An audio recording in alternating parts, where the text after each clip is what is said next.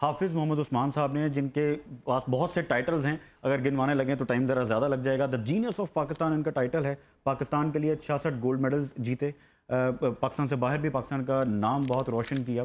Inspirational speaker ہیں. خصوصی طور پر آج چونکہ 23 مارچ ہے، اس حوالے سے بھی، یوم پاکستان کے حوالے سے بھی ان سے گفتگو کرنی ہے. سب سے پہلے تو آپ صاحب السلام علیکم. وعلیکم السلام. 23 مارچ 1940 منظر کشی کیسے کریں گے؟ بسم اللہ الرحمن الرحیم. رب اشرح لی صدری ویسر لی امری واحلل عقدۃ من لسانی یفقہوا قولی. رب زدنی علما رب زدنی علما رب زدنی علما. بہت شکریہ رضوان صاحب آپ کا اس پروگرام میں مدعو کرنے کا، اور سب سے پہلے تمام امت مسلمہ کو رمضان المبارک کی خاص مبارکباد پیش کرتا ہوں. اس کے بعد آپ نے 23 مارچ کا ذکر کیا 1940 کا، تو ایک کہانی سناتا ہوں آپ کو. ایک ایسا شخص جو مستری ہے اور اس کے 2 بیٹے ہیں، اور وہ روزانہ گھر سے نکلتے ہیں کہ جنہوں نے روزانہ کی بنیاد پر ہی اپنی آمدن لینی ہے. وہ باپ مستری کا کام کرتا ہے، بیٹے مزدوری کرتے ہیں، سارا دن اینٹیں ڈھوتے ہیں، صحیح، صبح سے لے کر غروب آفتاب تک محنت کرتے ہیں، تو اس میں کچھ حصہ ان کو ملتا ہے جس سے ان کا گھر چلتا ہے. ٹھیک ہے. لیکن 23 مارچ کو وہ اپنی دیہڑی چھوڑ رہے ہیں، کیونکہ اس وقت وہ جا رہے ہیں منٹو پارک کی جانب. وجہ کیا ہے؟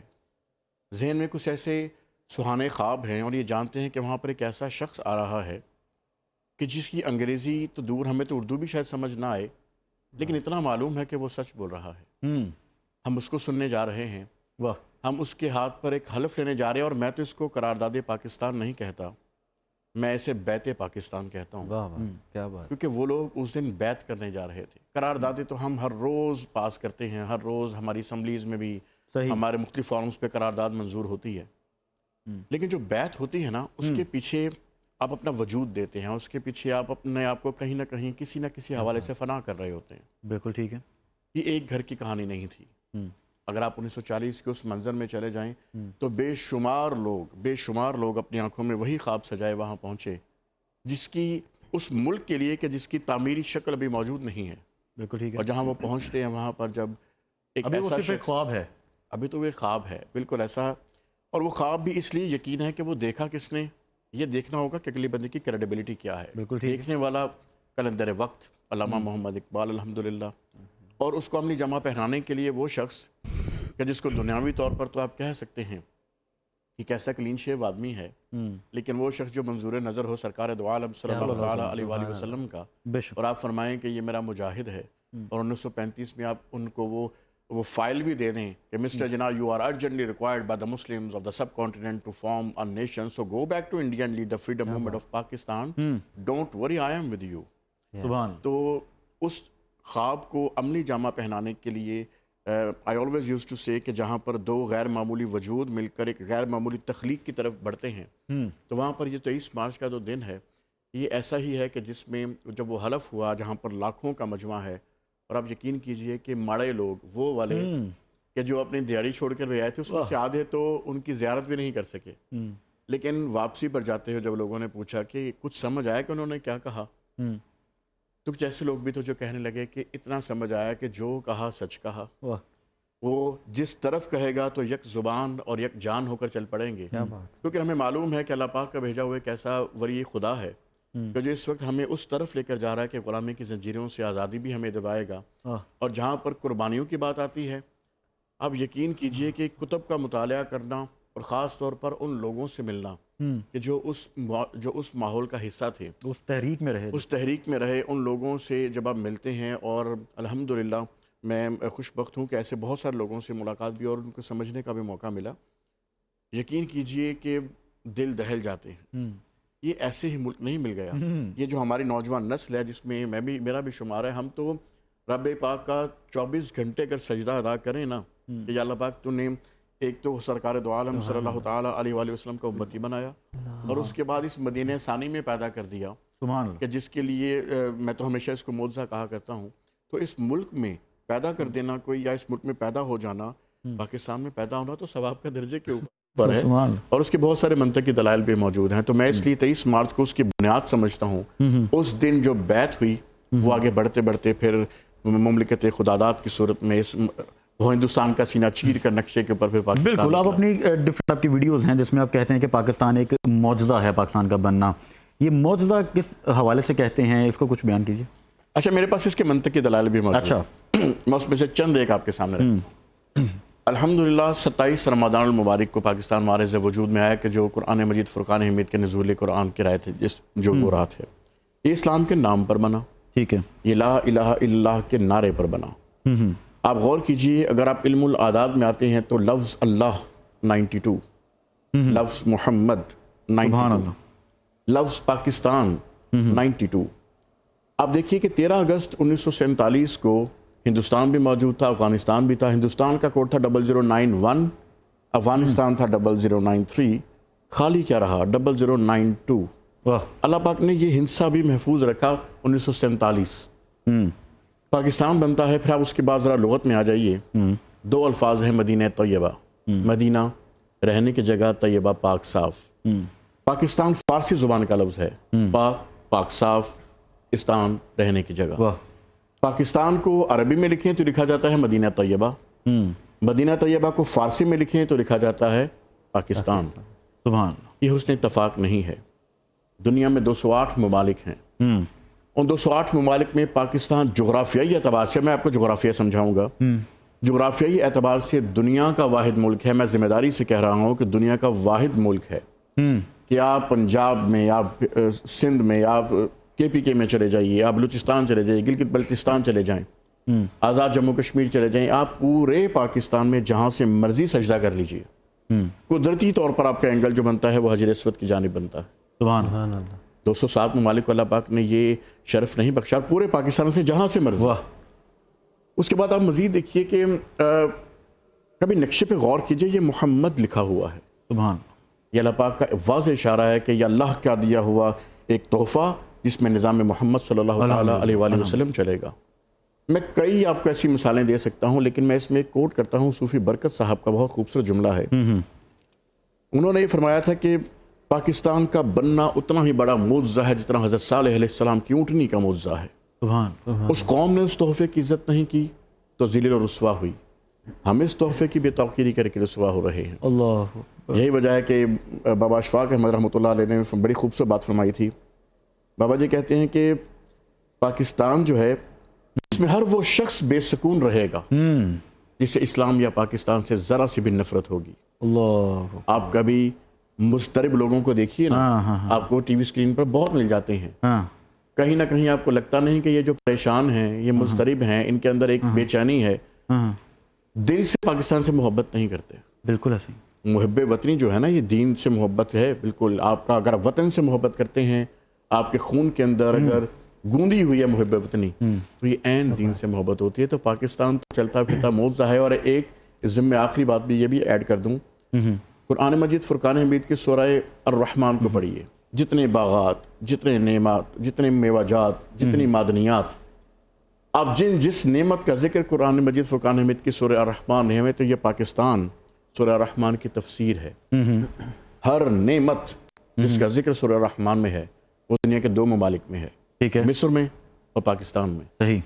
تو آپ کو کتنے دلائل میں دوں کہ پاکستان میں تو الحمدللہ, میں تو اس بات پر رب کائنات کا بے حد شکر ادا کرتا ہوں, بے حد شکر ادا کرتا ہوں کہ اس نے پاکستان میں پیدا کیا. الحمدللہ. اور اللہ پاک یہاں پر 2 گز جگہ بھی نصیب فرما دے. الحمدللہ. ناظرین, یہاں بڑی خوبصورت گفتگو کا سلسلہ تو جاری ہے, مگر ابھی وقت ہوا ہے.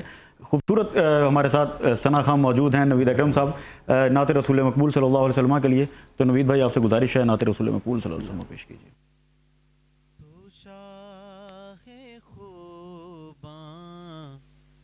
تو جانے جانا ہے چہرہ کتاب تیرا, نہ بن سکی ہے نہ بن سکے گی مثال تیری, جواب تیرا, تو شاہ خوباں تو جان جانا, تو سب سے اول تو سب سے آخر, ملا ہے حسن دوام تجھ کو, تو سب سے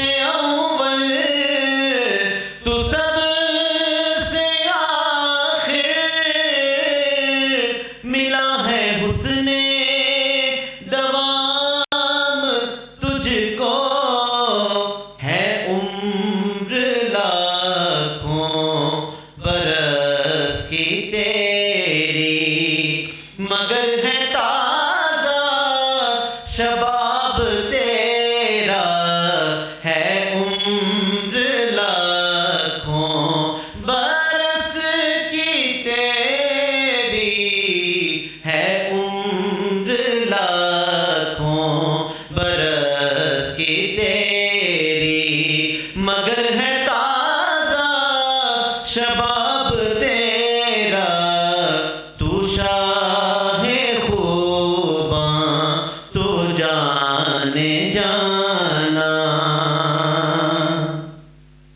خدا کی غیرت نے ڈال رکھے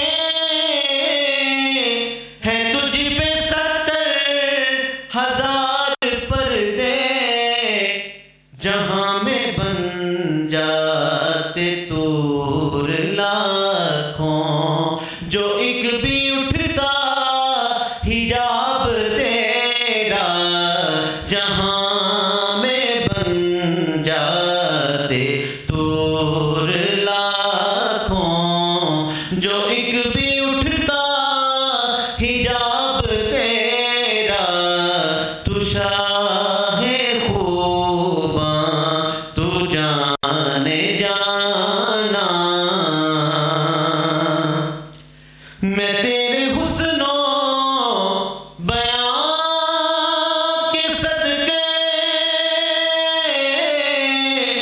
میں تیری میٹھی زبان کے صدقے برنگ و خوشبو دلوں پہ اترا ہے کتنا دلکش خطاب تیرا تو شاہ خوباں تو جانے جانا تو شاہ خوباں تو جانے جانا اور ہے تو بھی صائم عجیب انسان کیوں روز محشر سے ہے ہراساں ارے تو جن کی ہے نعت پڑھتا ارے تو جن کی ہے نعت سنتا وہی تو لیں گے حساب تیرا تو شاہ خوباں تو جانے جانا